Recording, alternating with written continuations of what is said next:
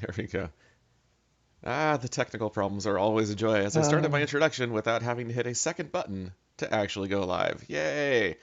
All right, well, it would not be a 5 hours of power live stream if we didn't have lots of technical problems. So, hello, everybody. Good afternoon, good morning, good evening, wherever you happen to be. oh, now there we are. There we are. Yep, here we are, in Yeah. fact, live. Well, we are ready to finally reveal the results of the 5 hours of Power 7 contest, All right. which Well, happened about in 1993, and it took our judges a little while to get everything put together and get the results going. So I apologize. That was all us. That was not you. It was us. It was them. But hey, you know what? Real life happens, and it does take a little while to get everything done to give a good, full, fair review. So without any further ado, we're going to dive in. We have five award winners that we're going to show, plus two honorable mentions. After this is done, I'm going to post the full results of everything, the whole score sheet, available for everybody to take a look at and review the judge comments from everybody. That will all be available, but for now, we're going to talk about the two honorable mentions. And you know, the honorable mentions really broke our hearts because they were among the absolute best entries. But rules are rules, and unfortunately, they broke them and we could not allow it. So the first honor muncher we're going to talk about is Lime Express from Jakul, which is really painful. I will take the angst from everybody because of the three of us, I was the one that spotted the problem that resulted in the DQ. No one else did. First off, this is a fantastic coaster. This is Eurostar inspired uh, inverted B&M coaster. Great job with it. Boom. Uh, Very compact, very Eurostar, but smoother.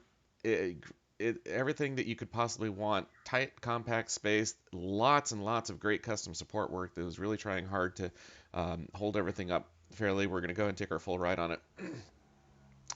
And again, it was going to score exceptionally high throughout the whole ride. Um, Zipping in and out of the supports was really, really cool. Unfortunately, that is one of the issues. It is not the complete issue. Clearance issues all over the place. If you're sitting on the right side of the train, you're probably going to lose a foot. But just violating the clearance envelope is not enough to cause the disqualification. So we're just enjoying our ride here. First block break.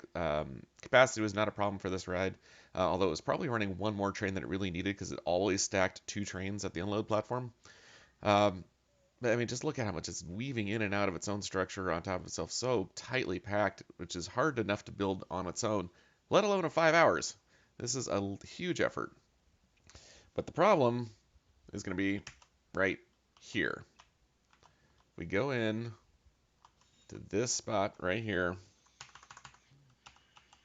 right there. You can see clearly that the wheel cover is smashing into that support column as it goes by.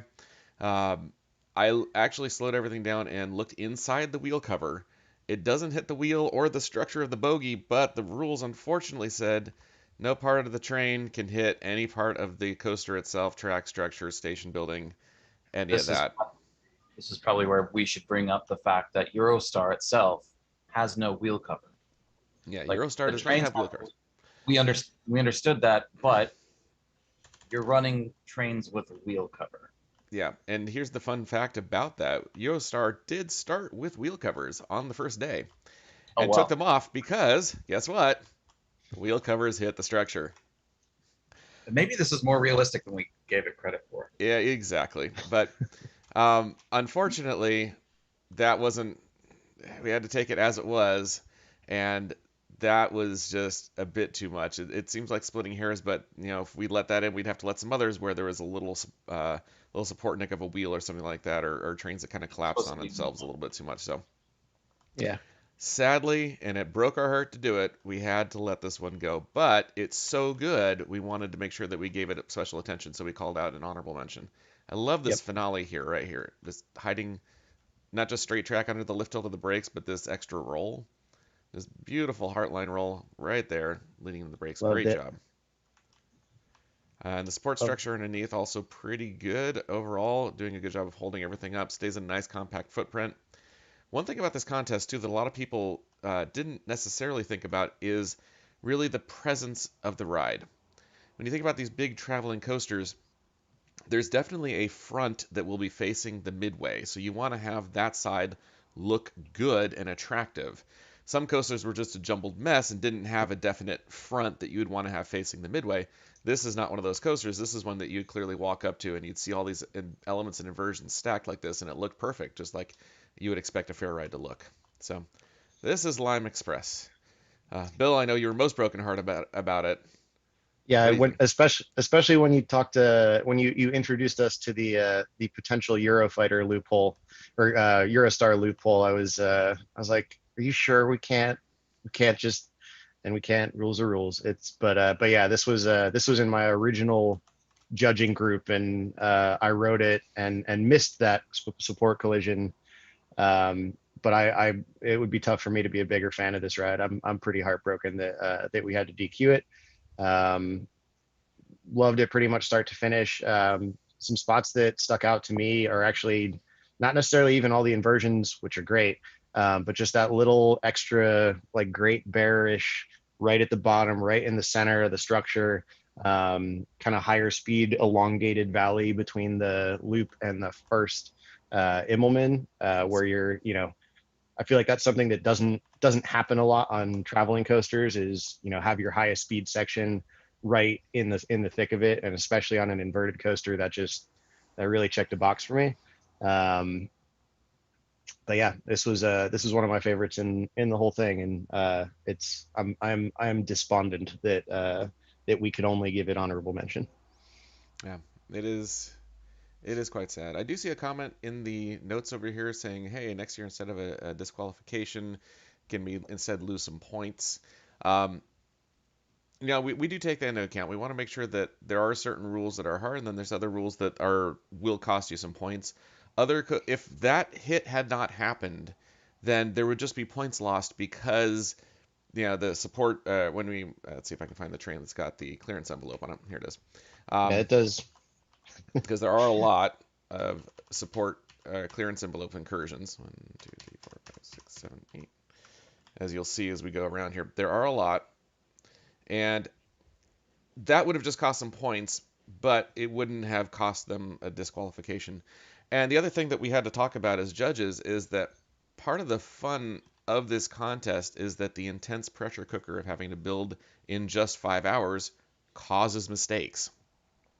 And that can take a coaster out of the running that otherwise could do quite well because of a sloppy error, which is, again, that's the whole challenge of it, of building something that quick. So Exactly. as we go through, you're going to see certain areas where especially in the lower right hand corner, that the clearance envelope will get plenty of incursions. Nick. Um, it would, again, if it didn't hit the structure, if the train didn't hit the structure, it would have been okay. We would have actually allowed it and just knocked off some points because it got too close. See, we just hit a post on the right, and another one. So yeah, no feet on the right hand side. But Another one there. Yeah. yeah, so there are a lot of these in here, which again comes down to this is a difficult thing to do in a short period of time. But we don't want to sound so negative on it because again, that brilliant, brilliant effort, and we really wish we could have officially scored this, and it didn't work out the way it did. Yeah. Sorry, Jake, but again, great effort, great job. I would be impressed with this ride if it was built in 5 months, and so that it was built in 5 hours is hats off, man. That was a strong effort. Absolutely. All right, well, we will say a sad, fond farewell to Lime Express, and we're going to move on to the second honorable mention that we want to bring up. And this is one I really wanted to keep in there, but Bill found the thing that Yeah, I overlooked and this Kevin one's my overlooked fault. that had to disqualify it, and that is Doppeldive. Yeah, so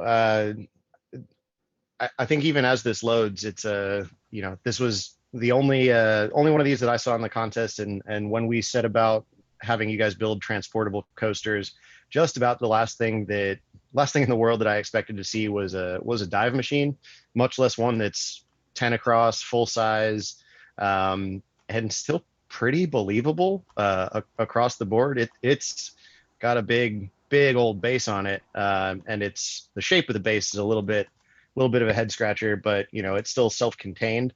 So had we scored it, I wouldn't have taken off too much in the way of points there. Um, but really, just generally well built ride, really well controlled. rates of change for rolls, um, forces, force transitions. Right here at the top of the lift, we got a little bit of a disappointment on the build technique. That turn is awfully tight. If you're in the outer row, row 3 on the right side, you might have a little bit of a crush injury on your knee. But were that the only thing, would not have disqualified it just for that. But yeah, let's take a ride. It's worth it. So pretty solid first drop. Tops maybe a little tight, but this whole implement is really nicely done. Same thing with this and the turn and transition into the mid course. Um, Top of this is a little bit tight, but again, that's I'm finding nits to pick, and being, well, very nitpicky, because so much of what we're seeing is doesn't really need comment. It's really well built. I am astonished that in the course of this ride, with these big wide trains, there is not a single support incursion in the whole thing, Mm-hmm. which Plays is beautifully. an accomplishment for sure. Yep. And yeah, it's good right up until the end. And then, Tom, if you want to hop off the train for a second. I'm gonna show the problem Um, that ultimately cost this coaster. We have a floating storage track. yeah, We had a few coasters that had floating storage tracks that were not connected. Um, and this comes to the question of, according to the rules, every piece of track, including the transfer, had to be connected to the base because it has to be a portable coaster. We've had occasionally seen floating tracks before, but there was a very specific requirement for this to be a portable coaster that you had to connect it to the base, and it wasn't. And that was the heartbreaking thing that I missed it entirely. I spent all of my time focused on the ride, and I caught the turn that's too small. I found the clearance envelope is clean, not a single hit anywhere in there. But that's it.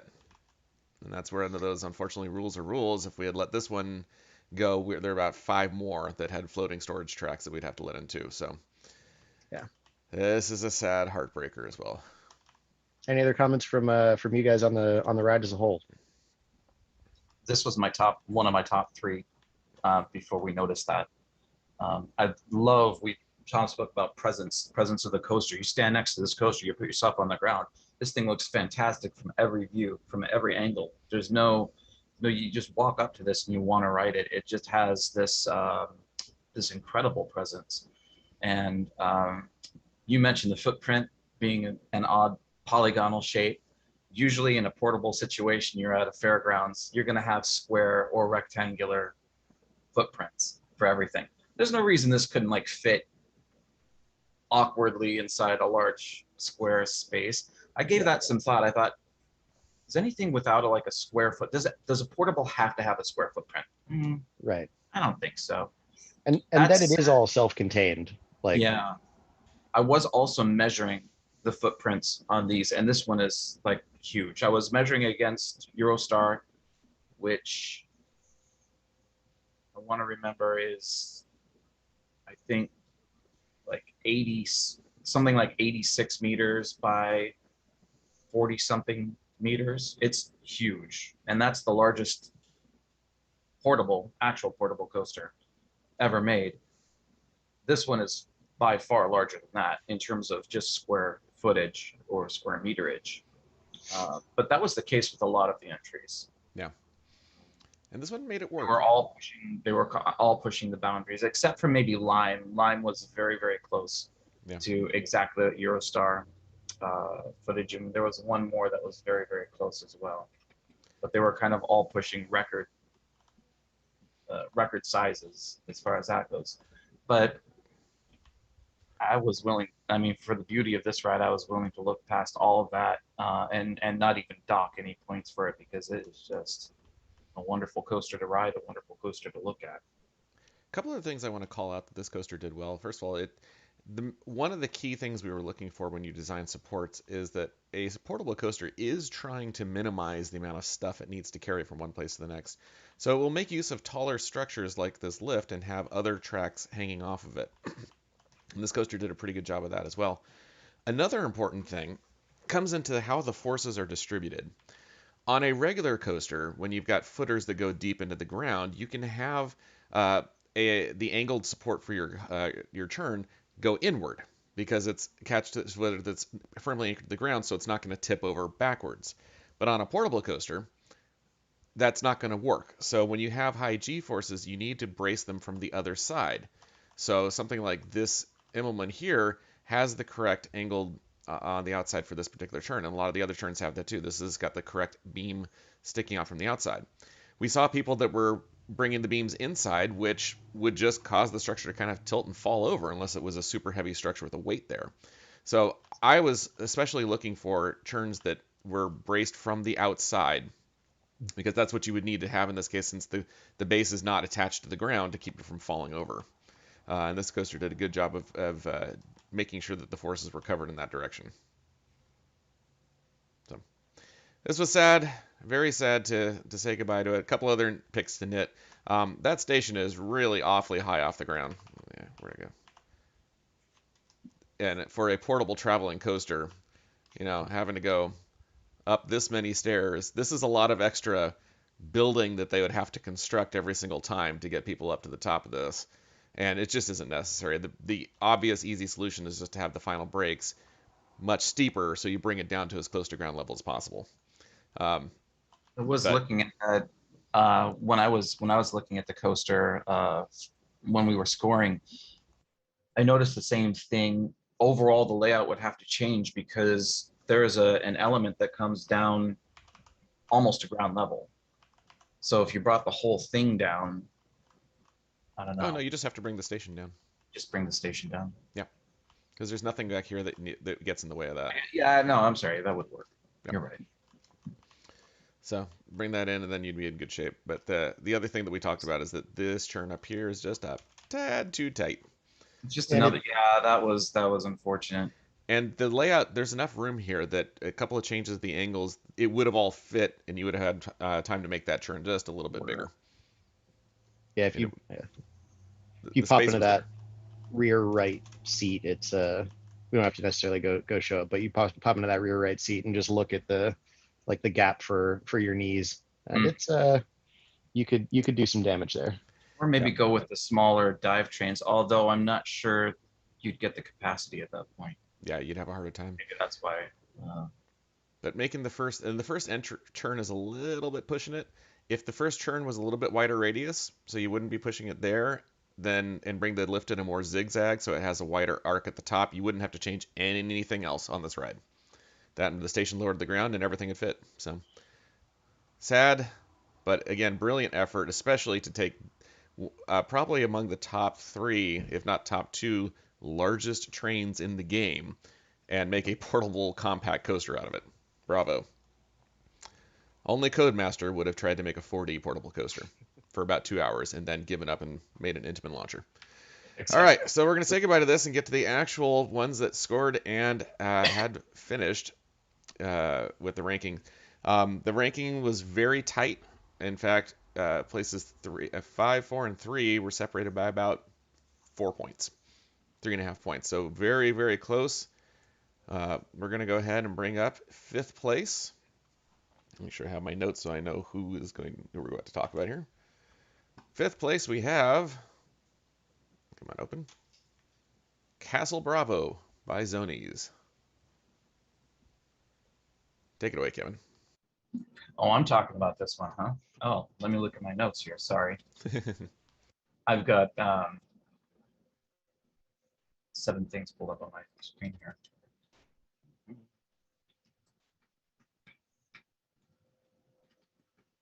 You can tell we're professional broadcasters. Yeah, completely prepared for everything. All agencies.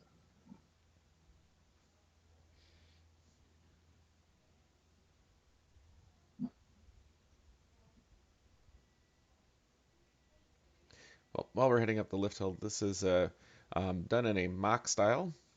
Had a lot of great things going for it. Very, very smooth. Had a nice little fun twist at the beginning, which I have to check my notes. I think it just barely clears. I don't know if it collapsed on itself, but it was really close. So great first So drop. some of the, I mean, obviously this first drop is fantastic, and this first turn up here, high bank in the 90s. It's just that's such a Mac thing to do. But there's such a mix of different styles of elements in here. I see Mac, I see Intamin, I see B&M even, and it's there's not we didn't they didn't stick to one style. They just chose the elements that they enjoyed. It does have a bigger coaster feel, and this has one of the largest footprints of any of the coasters in the contest. It took up almost the entire space that was provided, which goes back to what we were saying earlier about, is this truly a portable coaster? Is this something that could actually be picked up and assembled? I think on any technical level, yes, it could if you had like a month or 2 months to do it.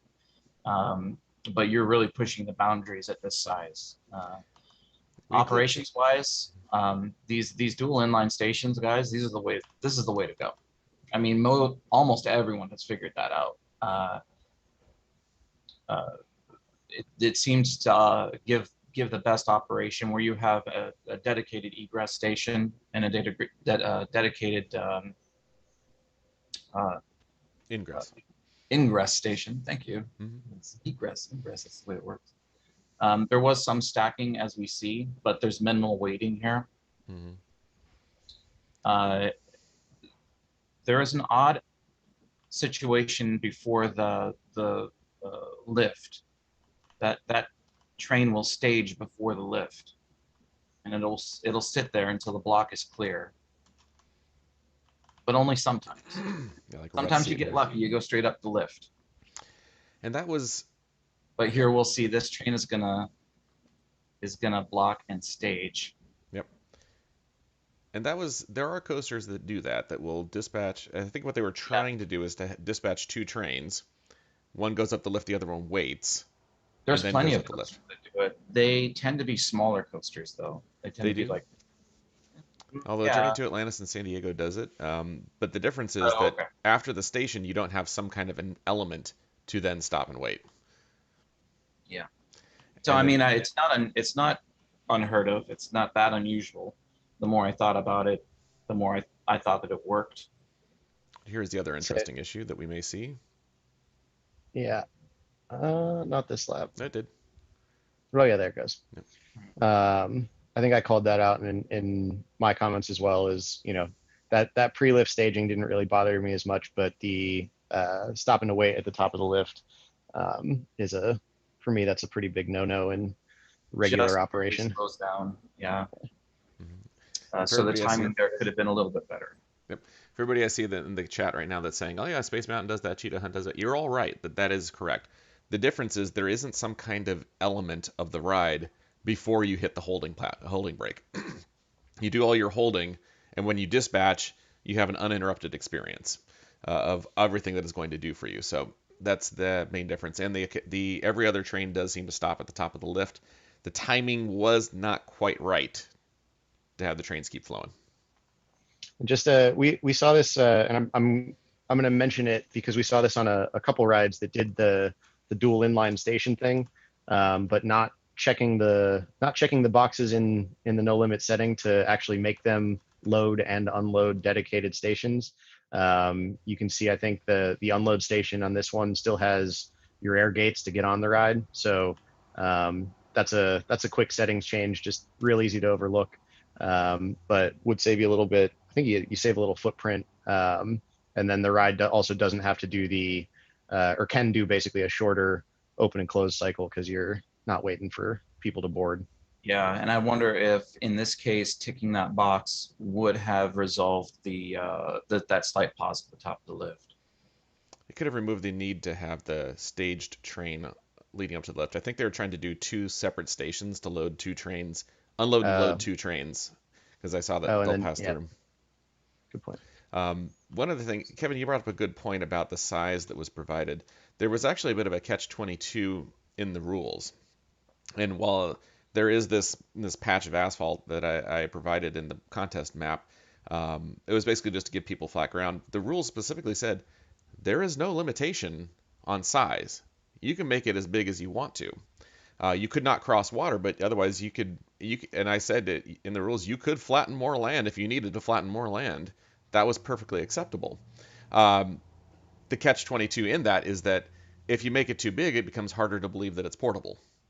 Hmm. So, Mhm. but we weren't going to dictate and say, oh, here's the box that you needed to fit in. You could make Right. it bigger if you still made us believe that it looks like it And should that's take up a exactly loop. how I, yeah, that's exactly how I score. It's just like, where do we actually draw? It's completely subjective. Like anyone could, like none of this was like I wasn't docking like 6 points if you went over a certain size of, oh, it's bigger than Eurostar, so that's not realistic at all. Of course it's realistic. I mean, anyone can imagine a record breaking coaster. Hmm. Mere exaggeration is not a disqualifier or uh, a reason to dock points at all. It's just you get above a certain size, and I start to think, how long is this really going to take to build and to dismantle and move? And how many vehicles will it take? Yep. And I start thinking at practical levels like that. So And then also I look when at something it like came to it's that, this I really big. like the smaller coasters better, because it's not. There's also an engineering point of view, just within the simulation, within the editor, uh, it's a lot easier to build a large coaster and just put some floor supports underneath it and call it a portable coaster. You could do that with any coaster. And you could do that with Millennium Force if you wanted to, and you could call it portable. Um, and it could technically be portable that way. I mean, there's no reason it couldn't be. But yeah, there is a size limit just in my head alone. Everyone's got their own idea, um, but it did come into play, at least in terms of the portability score, where we were looking at that. And another thing, talking about when you're dealing with a portable coaster, it's they're not going to waste material or space. And some of these coasters that are like this, there's a lot of open space here that's just not really doing much of anything. Um, that I felt some coasters that were like this could be compressed a little bit, keep the essence of the ride intact, but be more folded in upon itself so that it just takes up less less space. Unless this is full and dense, filled with lots and lots of track, or it's a 10 across dive machine. So they're just some of the thoughts that went through my head when I was evaluating how portable the ride looked and felt, and how plausibly portable it was. If Yeah. that makes sense. Yeah. So, all right, we will say goodbye to Castle Bravo. Ooh, Unless wait. Billy, you had some thoughts. Yeah, Yeah, we didn't get to go. I did want to call out just a couple of my favorite moments on this ride. We talk about a lot, a ride's presence, and this one, the hang kind of over the station. If we're going to call that the front of the ride, or even just an angle that you can walk around the ride, that that'd get me to plunk down 10 euros or whatever it costs to ride the thing. Just stand on the ground looking at the station and watching a train kind of come over and hang upside down. I think that's a good move there. And Kevin, I think you mentioned it felt like a mix of a bunch of different manufacturers, but not necessarily in an incongruous way. And at the very end, there's that stretch of kind of low to the ground, banked, low to the ground turns and kind of little micro airtime hills, some of which kind of just hang on to that banking. Actually reminded me a bit of the way that GCI does things, just happens to be on a mock steel coaster. And I like that quite a bit. Yeah, or even the end of an RMC or something like that. Definitely, Yeah. I love Yep. it. And that goes into the whole idea of where we were asking for unique or creativity. Um, the idea behind creativity is do something different, unusual. You know, um, you can make it feel like the coaster style that you're going for, but you can also, do something out of the ordinary. But that was, and it's intended both as something to challenging and a bit of a pressure cooker too, because you only have 5 hours. Can you think of something unique and interesting to do with the track that's not as often done in that 5 hour time period? So that wasn't a hard requirement that resulted in a disqualification of like, up vertical loop, nope, that's gone. It wasn't anything like that. It was just that the more odd things that you threw in there that were unlike other things. Anytime we're looking at a situation where you're the only one who did that in the whole competition, you got more points in the creativity side. So, all right, we'll say goodbye. Thank you, Castle Bravo. Close that one out. And next, we're going to move on to fourth Try. place, which I will load up now. Here we are. Fourth place goes to Try Hard from Tyler Lanzel, or T-Lands as he goes by here. I'm going to bring up my notes on it. As we're going to get into it, I think this is possibly the smoothest ride in the entire group. The track, according to my notes on there, the track shaping was just absolutely flawless and spectacular. Let me get into the train. It would help if I have my... There we go.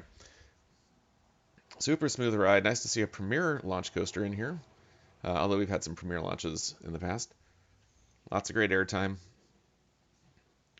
Glass smooth ride. I'll take a ride in the back seat so you guys can take a look and just see how little the cars move from element to element. Very well put together. Zippy ride maintains speed very nicely through. Nice mix of exciting elements. Not a long ride, but it does a good job with what it with the limited time there, and it still managed to hit capacity. So, as promised. 1, 2, 3, 4, 6. Okay, so we'll take a ride in the back. Absolutely beautiful. Supports were really good. I didn't see any clearance issues at all. Great ride. Action packed with no block break. It manages to just zip through there without any slow spots and great pacing. Sports were very good. I thought overall though that creativity was the one issue. There wasn't really any new ground being broken. There wasn't anything that was unique that Premiere hasn't done much of. It was all standard, sort of feeling. Nothing that overly wowed me. I mean, that would probably be the most original thing that we just went through there. More high banked versions of the classic S turn, which Bill loves to see in these contests. Hey, when it's done well, no Yep. problem. We have a running joke where he's just when we know, under the pressure cooker situation, when you're trying to, hit a certain length of track or something like that, and you're just out of ideas and you just need to get it done, you end up doing the wavy S curve thing, which sometimes we see too much of. But a great ride. It's overall, I think that it, takes up more space than it needed to.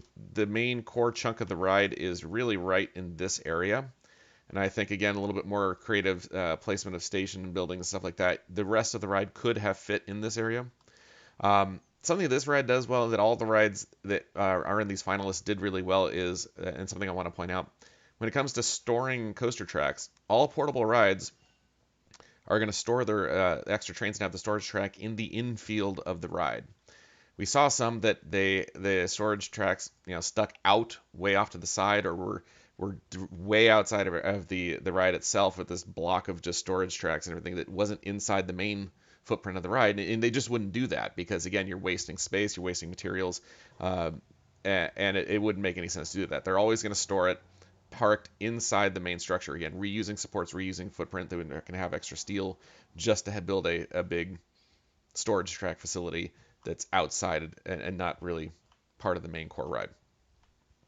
But overall, really, really well done. I like the supports, very well done. The supports make sense for the sizes of what we're dealing with for the track. They're dense in just the right places, like this turn here.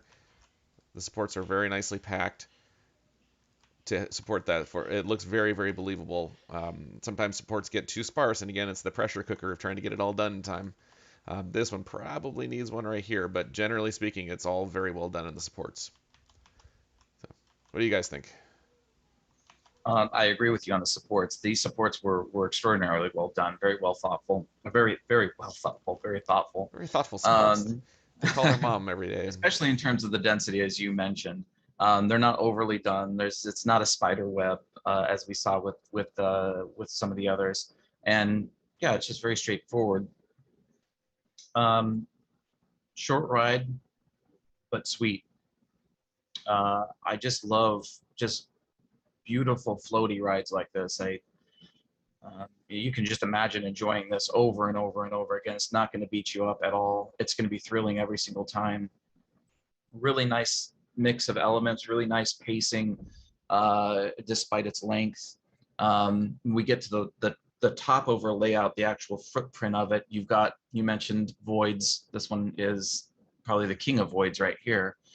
It's got a lot of that empty space there because it's got that triangular layout. I don't think the layout itself is a problem. It's just that needs to be tightened up a little bit somehow. Maybe make the lift hill a little bit larger, bring the rest of your elements up, tuck the storage table underneath, if that's possible. Bring the station forward, or in, I should say. So you're saying, Kevin, that this is something to avoid? I'll see myself out. Get out. I'm so ashamed to be laughing at that, but nicely done. um, I'll jump in, I guess. I really liked some of the element selection on this ride. I know Tom called out a lot of it as being sort of highlights of the premier trick bag, so to speak.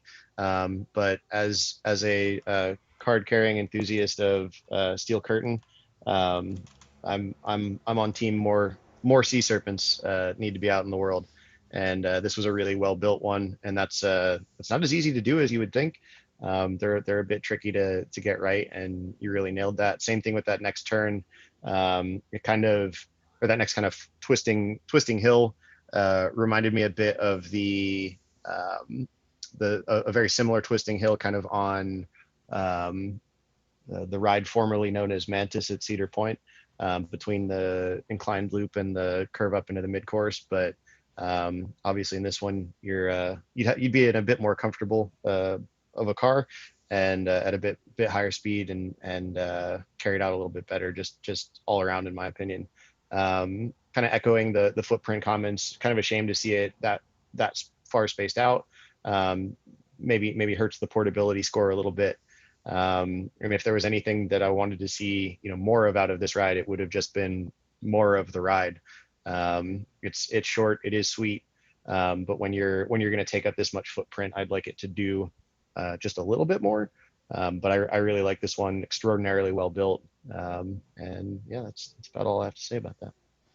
It's still very good. Question. So they issue cards for Steel Curtain fans? Well, you have to print them yourself, but Oh, I'm that level of nerd, so okay. fine with that. I'll accept it. I'll allow it. All right. Very good. All right. So that was Try Hard, and we're going to go on to our third place finisher, Hurricane by Crystalic. Yeah. So if someone could message Crystalic and let him know what happened here, because I saw earlier in Discord that he was not able to make the live stream to know when his coaster was shown. So someone, in fact, everybody watching, all message him at the same time. Simultaneously. If Yes, you have that'll be great. multiple ways to contact him, use all of them. So I'll take this one. Really liked this ride, just kind of start to finish. It's got I know it uses sort of the Intamin accelerator / rocket style trains. Has a couple elements that feel a little bit more like they're off a mock ride. To me, this was like a combination of Intamin style accelerator with kind of side eyeing Mach's lost gravity, and it really worked for me in a way that I don't necessarily think I expected, with this kind of slow flat turn off the mid course, and this hanging roll right back into a pretty fast paced finish to the ride, being some standouts for me. Let me think what else. Yeah, it for a ride that is as long as this one is, it definitely kept up its pace with the element selection. Got maybe a little snappy towards the end right there and coming into this turn. But all in all, when you're looking at rides like this, or really any portable ride where you're constrained from a height perspective, the longer you go on, the more you're at risk of running out of gas. And this ride definitely does not. The operations on this are just a thing of beauty. The way that it might be overkill, but this thing absolutely cranks out trains. You've got 4 stations, so maybe a little tough on the staffing perspective, but um, If, did we lose Bill? Did we lose me? Oh, we just lost Bill. Yep, we had a connection there. you guys Hopefully. there? Oh, Yeah, there yeah, we are. we can Okay, hear you now. lost you Oh, briefly. there we're back. Okay. Um, I don't know where you lost me, but I froze kind of coming out of the station on this one. So I'm sure it was a there are very four. insightful comic. Yeah, there are the four stations, two load, two unload. Just the way that's all set up from a kind of mechanical perspective, really great. Maybe a bit tough to staff, but yeah, generally really well done. And I kind of enjoyed watching it. And uh, as you watch it, you're kind of wondering like, hey, is this gonna, is the transfer, is the switch gonna move in time? And every time it's perfect. There's no stacking whatsoever. You finish the ride, you get right to an exit station. So that was really well done. And yeah, it's a big ride as Kevin will point out, I'm sure. But yeah, really like this one. Thought it was a really creative entry. Maybe held back from a higher ranking by a couple um, build build technique maybe issues to go way back to old old scoring terminology. But yeah, great work. Kevin, Yeah, do you have so any thoughts you'd like to share? I had exactly two complaints on this one, which I mean, and they were a stretch to really complain about because of the things we've already discussed. The size, portability. Is this truly portable? The coaster's huge. All right. I'm willing to stretch my imagination and think that technically this is you could dismantle this and put them on trucks and move them to a new location. Fine. Even if it took a month to construct. Uh, I think Olympia looping takes like 2 weeks, but it's a much smaller coaster. This, in fact, like I mentioned before, I was measuring these things, and I know that the size of this area is about. So Olympia looping takes up about a third of this footprint. So this is literally 3 times the size. So let's say 6 weeks to build it. All right. Anyway, still possible. Um,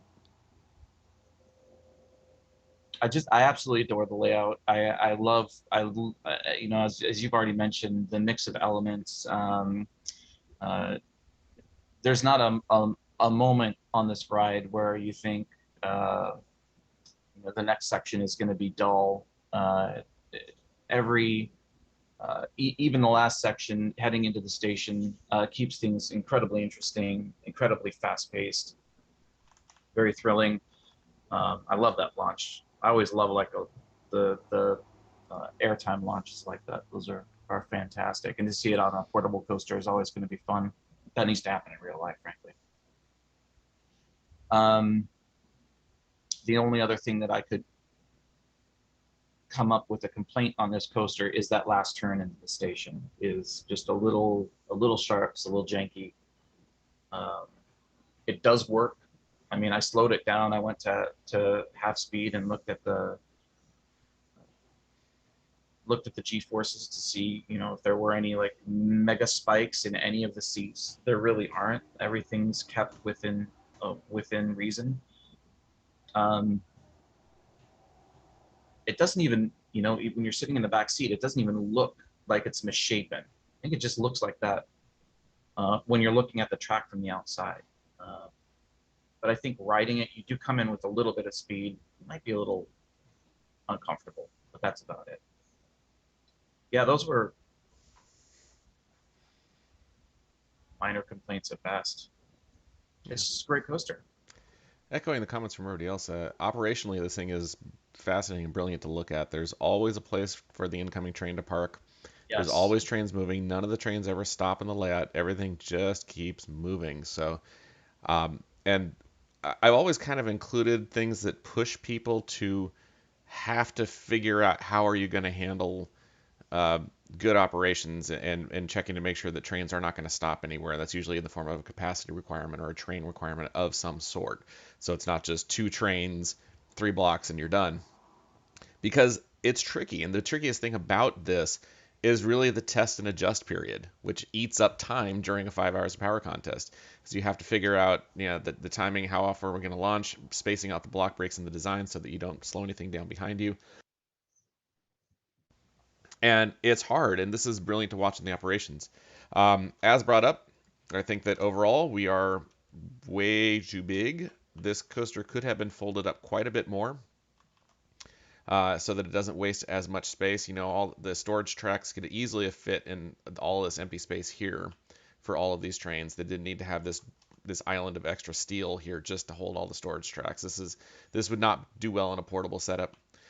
This is a massive station structure. Um, we'll allow it because they're simple enough trains, but it does start to question how portable it really could be. I think a little bit of moving things around, you could have a 90-degree turn, and have all your stations lined up here and still get the launch you needed to do. I think it would have been possible, to make it take up less space and still have the same core meat of this ride intact.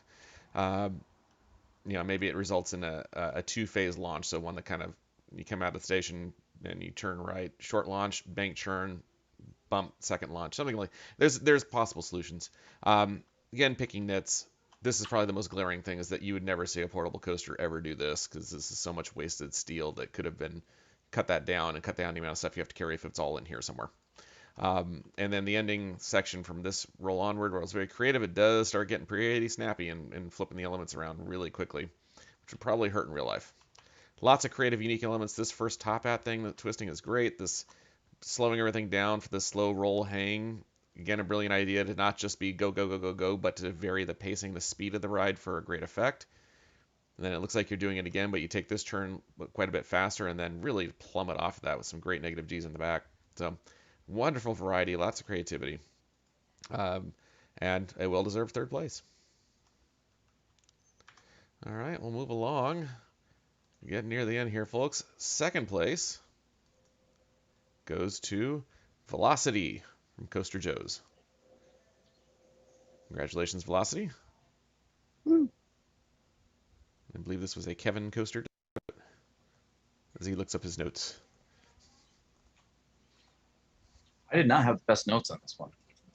You guys had the best notes on this. I'm gonna borrow from your notes. Okay, then. You can jump in if you'd like. Yeah. So sorry, you're not gonna have much to say after this. Bill probably had the best description of this. Such a mix of Velocicoaster and Cannon.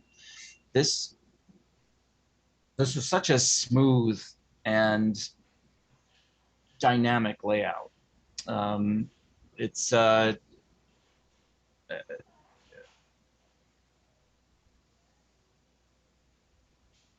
see, I did not have the best notes on this one.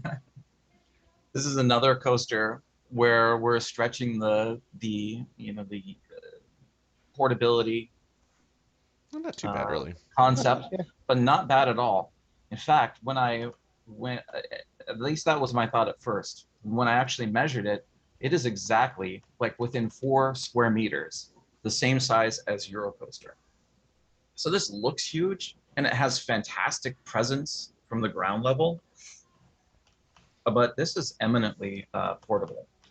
So for me, this had one of the highest portability scores. I just love it. I love the length of it, where Eurostar does have quite a lot of length to it, but it's a little bit less. It's a little bit more. It's a little bit wider, so it's not quite this long. This one's a little bit more narrow, and it's much longer. I just think that's great. It gives it a really nice big coaster feel, and while still being completely believable. Very smooth. Lots of cool, unique conversion ideas. Tossing people to the outside, twisting around itself. Yeah, Reasonably, it doesn't wear out its welcome either. yeah. It feels No, longer. That block break really helps add a little bit more ride time, which is great. And it does enough different kinds of turns and twisting back and forth to make it fun without doing it a third and fourth and fifth time, yeah. which is perfect to keep things interesting and not repetitive. Yeah. See a lot of stacking here. It's usually going to stack at least one, but I don't think the wait times are unreasonable. Yeah, it's doing the two stations in a row trick, so that's Yeah, why. at most you're gonna wait like a minute and a half, which is not it's not gonna feel very long when you're on the train and high of your ride is coming down. It's a little bit of a anticlimactic moment, but you see that on a lot of coasters, and I'm not going to dock it for that. I mean, when we were looking at the Hurricane with its four stations, a dual inline station, which is just crazy. Hmm. Um, Nothing is going to beat that, but then you have to start thinking about portability again. Is that actually practical? And you mentioned staffing. Staffing is also another issue. Um, the Germans would do it. Yeah, they would. Yeah, Just have 50 absolutely. people Well, it's quite easy operating. because you take the crew that was needed to put the ride up, and then they're all checking lap bars. Yeah, yeah, exactly. Um, those are minor complaints, though. In these designs, inevitably, I think most of them will. I think 90% of them have a stacking issue, so it's not very avoidable when you're looking for that level of throughput. So your riders per hour is going to suffer if you cut down on the number of trains, cut down on the number of stations, etc. But still not bad. Clearance worked out. Yeah.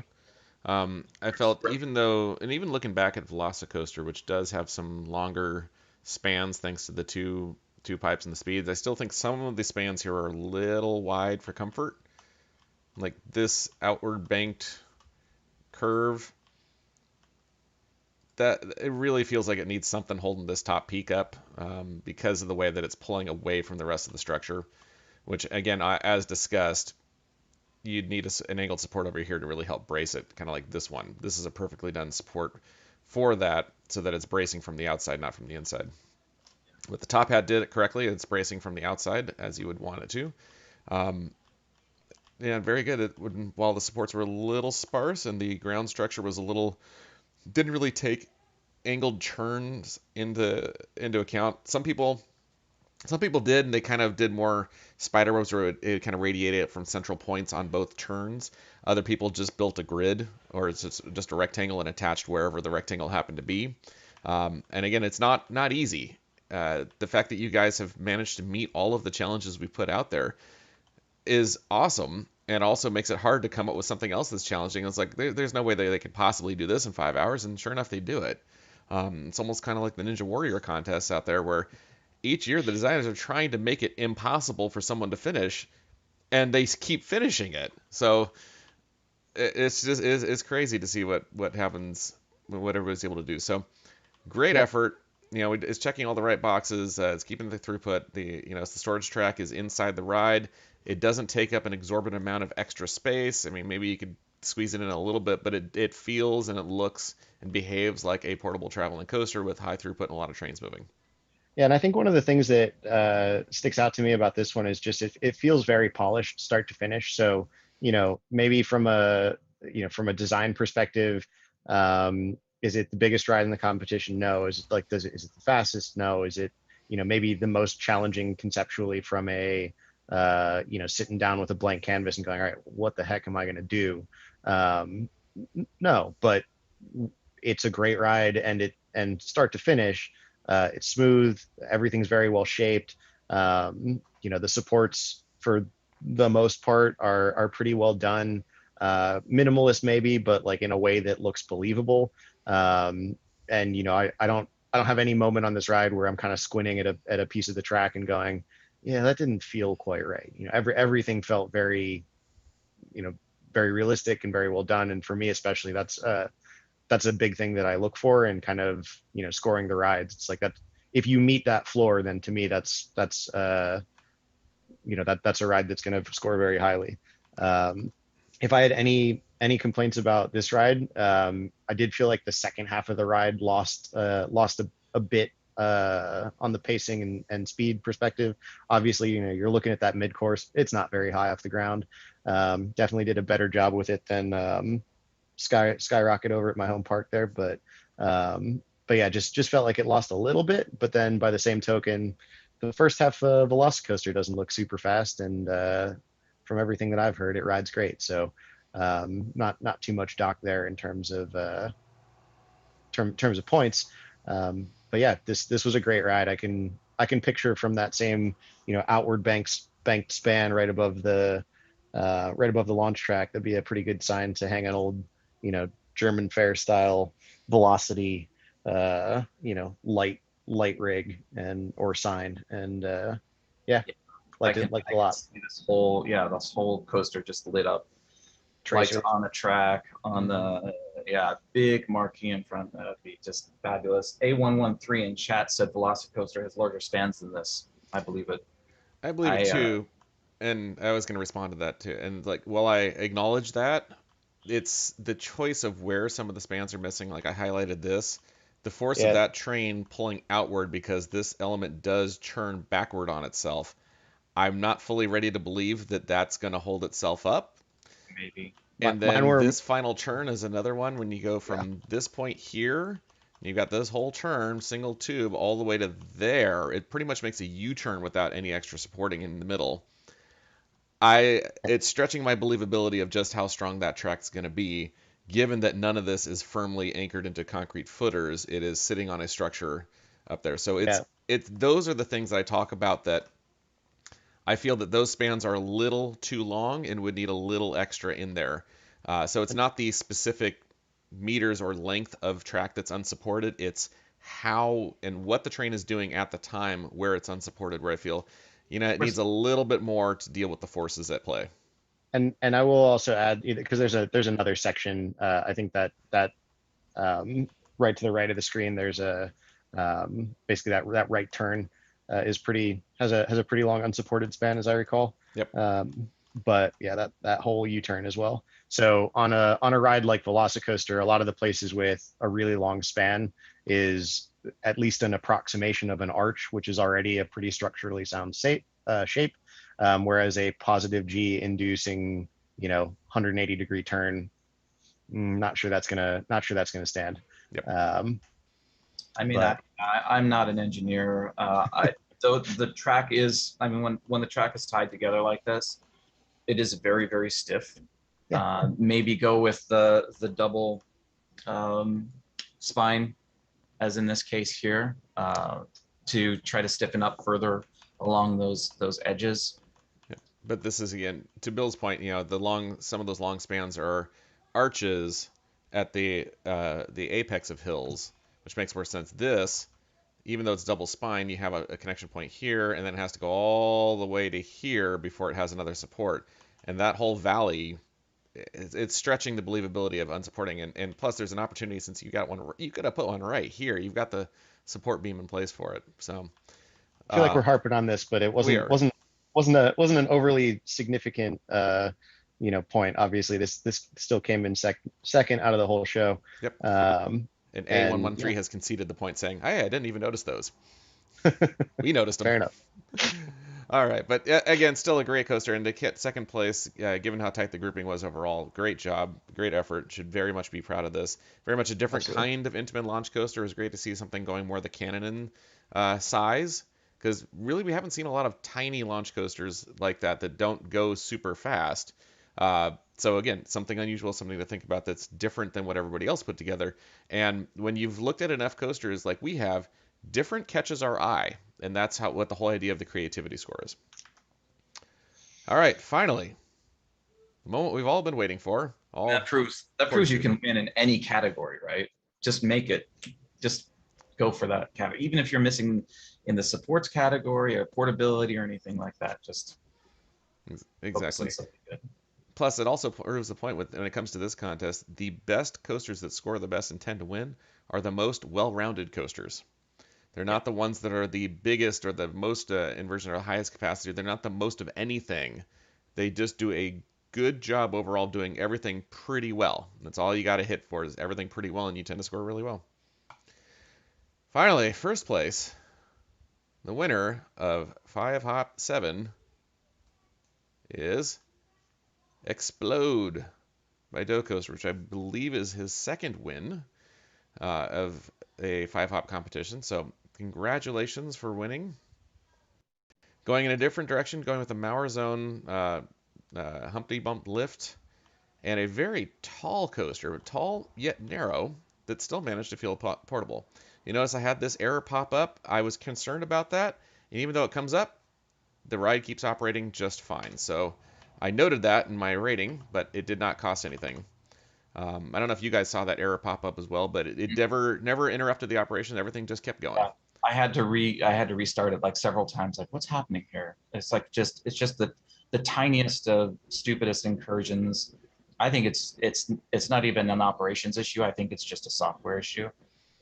If there is an incursion at all, it's not visible. I'd have to go and play it and like wire uh, uh, And it's like the on starting frozen position. mode and Yes, watch the trains to see where they cross the nodes. But I don't know. and I have a feeling it's really just the where the trains start Yeah. when they're first assigned. That there's like a pixel or two overlap that causes the error, but it's not enough to actually shut the ride down. So getting to the ride itself and not the weird error that pops up at the beginning, uh, it's a great ride. I mean, we haven't seen a lot of Mauras with the Humpty Bum lift. This is actually a brilliant idea for a portable coaster because it's not that big of a lift. It's going to be a structure that can help hide inside of itself, and it doesn't take up a lot of space, and you get a ton of excitement factor for it. And this coaster did a good job of just staying in a very narrow footprint by, rather than having big horizontal turns, having mostly vertical inversioning turns, which is perfect for the X car type of coaster. This is very much feels X car. It's doing its own unique thing and works as a portable ride. It'd be a very tall structure, but the footprint works. The base structure is very well built, and I believe that this probably could travel around. It could be engineered to make it so. Forces are well under control, very smooth, very well shaped track, great operations. Trains aren't stalling anywhere. Um, Good ride. Maybe trims a tad much in this third section after the second block break. Creeps along a little bit. Could use a little more Mauer X car weirdness coming into the final end of the ride.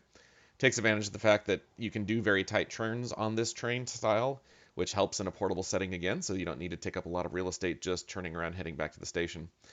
The one biggest thing I needed to point out, while there were no clearance issues, or they're very, very minor ones, which I can't remember if I spotted them or not, the weirdest Yeah. thing is that there is no station or unload station. The platform is just not there, which is an odd oversight by the designer to not actually put them in there. Um, the rules did not actually specify you must have a station building. I might They're have to just do that in the future, but that wasn't a they, rule that would disqualify anybody, so it was allowed I to had to go stand. back and double check. It's very clear how a station would fit in here. There's nothing about the height of the area around where the station would be or is um, Yep, and there's definitely a that station block. It's right here. prevents us from imagining how people would enter and exit this ride. The fact that you did not include that in the rules is a technicality that we have to overlook. Yep, and it's got a double There station. was one other that did not Yeah. make it into the top choices that also did not have the station. I believe it was the I forget the name of it. It was the Vekoma motorbike coaster, Hmm. which was a great little coaster, a little rough but um, really fast, wonderful, like uh, heavy brake ending. I remember just came in flying into the brake run. Um, I want to which point out while we're looking at it that this one does the two stations that do full service stations in a row. We'd got the other train in here stacking briefly, but this one's going to take off shortly, and the other one will stage before the lift, and it doesn't slow down that badly. And because of the way it's designed, this one that stopped at the final brakes will be able to clear and will be able to make it all the way to the station. Oh, so Yeah, I was just gonna the say timing did change. I hadn't seen it stack like yeah. that back in the ride. I was hoping that maybe that was an issue on my end, but yeah, I actually have in my notes that one of the few knocks that I have on this ride is from a programming perspective. Um, that can happen basically, Yeah, and you'll get a crawl through the uh, final part of the final ride. section. yeah. And I Um, noticed it was the train released from the block break when this train advanced forward about 2 feet. So a slight change to where that train parked, and you wouldn't be cascading back on there. So Yeah, and then continues to impact the ride. yeah, Um, I did not but have yeah, that I happen to me. overall I There must be some random timing or random dispatch times that caused it. That if it yeah, it's gets the a wrong way, then it starts stacking itself. yeah, and I think that's that's a setting in the station dispatch settings that could have been fixed, but it's a detail like that that often gets overlooked in when you've only got 5 hours to do it. I wanted to call out. I really like the lift.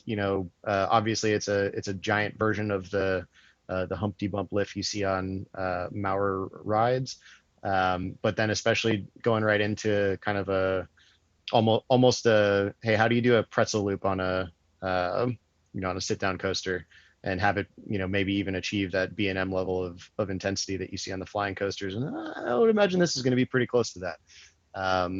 But yeah, really well built ride, kind of start to finish. If I had any knocks on it, maybe a bit slow through the MCBRs, mid course brake runs. I guess I don't need to abbreviate it if I'm saying it out loud. Nerd. Yeah, what a dork. Anyway, but yeah, if you look at a lot of X cars, they do have a lot of brake runs in the middle of the ride, but they often pace through it fairly quickly, especially if you look at some of the spinners out of the same manufacturer. So but yeah, not a lot to say. Really enjoyed this. Maybe a little safe in the element selection after that first one, but a lot of it was recognizable for the style and executed really well. This is what I normally saw in terms of the operation. You'll see that it looks like the timing is set up correctly now that it won't stop on that final block break. Nope, And it I did. think it's exactly what you're It still talking did. about. It's just that random dispatch time that's setting it Yeah, up. Yeah, Um, and hard then hard to recover from that, but yeah. yeah, and I guess the randomness when I saw it, I did not see the stacking issue. Um, and this is part for why everybody's going like, well, this one should have gotten a lower score and blah blah. Well, this is why we have three judges, honestly. So it's not just one person opinion. We all catch different things. We all spot and notice and take notes of different things. So it's not one person's bias. It's all three of our biases that are working in different ways to just note everything. Because you guys had to spend 5 hours putting together one coaster. We had to sit there and look at all of them and find a whole bunch of stuff. And when you look at all those rules that are in place, there's a lot of things we need to look at and go observe and evaluate. And it's a lot. So so And, the and first thing after noticing that issue on this coaster was going back into POV and then riding that train through, seeing what the forces were like when it was going through the MCBR full speed versus uh, where it stops like that, where it pauses and has to release. And they're very similar. So the whole ride experience, even if you do stop or yeah, get slowed down on that break, it doesn't change the ride experience significantly. Yeah, you kind of have to wait there, and it's a little weird, but um, a lot of that technical stuff can just be worked out with a little bit of different station timing. yep. and another note just on kind of how the contest is judged is we're not talking to each other, not really anyway, when we're rating the rides. So we kind of all give it our own score, and then there isn't any sort of massaging that happens to the scores afterwards. We add up the numbers and see where they fall out. Um, so yeah, it's a you know the scores we kind of let the scores stand for themselves, and yeah, this explode here came out on top. Yep. And Great that's ride. to Bill's point. That's very intentional. We will all give our own opinion without reading each other's opinions of the score. So we're not echoing the same thing, or we're not you know calling out the exact same stuff. We're going to make sure that we each form our own opinion of how the ride came out. And then afterwards, the scores fall where they fall. Um, Going one last thing I wanted to mention about the station when it comes to portability, this is a very well put together coaster. It does while it's long and tall, it doesn't take up a ton of space width wise, so it is more believable for that. Reusing a lot of supports for the upper level tracks and lower level tracks. Someone called out something very apropos. Yes, the looks like the bottom of that first element is missing some supports. It doesn't have not as fully supported as it should be, which is why it's not perfect in that regard. Regarding the station and the station placement, aside from the fact that no building is there, the one thing I wanted to point out was that it would be very unlikely in a portable coaster you would have your station buried in the middle of the ride because it would be very difficult to get to. You would have the station on the edge of the ride, so that you don't have to have people walking inside of the ride structure to get to the station or leave the ride. So putting the station along an edge would make more sense. But outside of that, the ride has great presence from all angles. It's massive and imposing, and especially that first element of that long hang upside down and speeding up looks like it'd be a ton of fun. So this checked as many possible boxes as it could. If it had to go up against Doppeldive and Lime Express, we may have had a different winner, but unfortunately, those two did not survive. They almost did, but didn't quite. So this is our winner of the ones that did not get break any of the rules completely and did an overall brilliant job. And we're happy to permanently add this to 5 Hours of Power Park, Year 7. So I'm going to get that uploaded um, as soon as possible, a little bit later today, along with get the full score sheet there for everybody to take a look at, to read the judges' comments in detail. We've all written up detailed reviews of actually about 8 or 9 coasters that all made it through the final round of judging. And then everybody's coaster got a judge write-up as well, and you'll see why if we had to disqualify it, why that was, along with the checking for what the capacity was at. Gentlemen, any final thoughts on this one or any of the other coasters in the competition? No, I think we chose wisely on this one. This is a gorgeous coaster and it's just beautiful presence. Something you'd really want to see. It's eminently portable. We talked about some of the support issues. Some people have mentioned a few missing supports or under supported areas. Honestly, we saw that in a lot of coasters that made it into the very top 5, even the top 3. So don't think that that's completely disqualifying. Oh yeah. Future things can always change. I mean, we'll take another look at the rules and see where we are on support hits. Maybe cowling here and there won't be disqualifying. Maybe we'll be stricter. I don't know. We'll find out where we're going to be next year, or next time. Mm-hmm. But Yeah. fantastic. It's a great win. Yeah. I just want to, briefly thank everyone for participating. Period. This is, 5 hours in a row is hard to maybe plan, hard to sit down for, and certainly it is hard to build an entire ride of any kind, especially ones that are, this good and this polished. Not just as this one, obviously, but of all the rides that we talked about, and quite a few that we didn't have a chance to talk about today. Tom, I don't know if you know offhand what the total count of entries was this year, but I'm always impressed at the community and how many people find the time to sit down and do this and hopefully have a good time doing it. So it was a pleasure to ride all of these rides, and you guys did good work across the board. 26 entries this year. So, which did really well. Just insane. And of coasters that actually officially got a full score, we had 8. Well, eight that made it all the way through to what we're calling finals, right? Yeah, that made it through. We had a Yeah. couple that made it in there, and then we spotted a problem, and not just Doppeldive and Lime Express, but there are a couple more that made on the Yeah, a list, and then couple we found a others. problem a little bit later on, which just goes to the difficulty of trying to score this. But again, congratulations to Doe Coaster and Explode. It is a wonderful effort, and I look forward in a few years to this one getting painted red and black and be called Explode 2. And with that, wish Yep. everybody a fond farewell. We will see you again next year for another new challenge in 5 Hours of Power 8. You got about 8 weeks left for your Roundup 400 videos, so get those moving Jeez. if you haven't already. I'm looking forward Looking to forward to that. seeing the results of that and having that podcast and bring Dave Cobb back in to give his amazing thoughts, industry veteran thoughts of the things that are submitted. So look forward to all that. Until then, be safe, be well, get vaccinated if you have not been already, and as soon as you can, if you're on the younger set, please do so. It's for everybody's health and safety, and it's going to help us end this so we can go back to regular, normal life again and be able to ride more and more of these things and not have to look at the possibility of the parks shutting down and all of us being stuck inside once again. So, take care, Yep. everybody. Be safe, be well. Have a great, enjoy the rest of your summer, and we will see you again soon.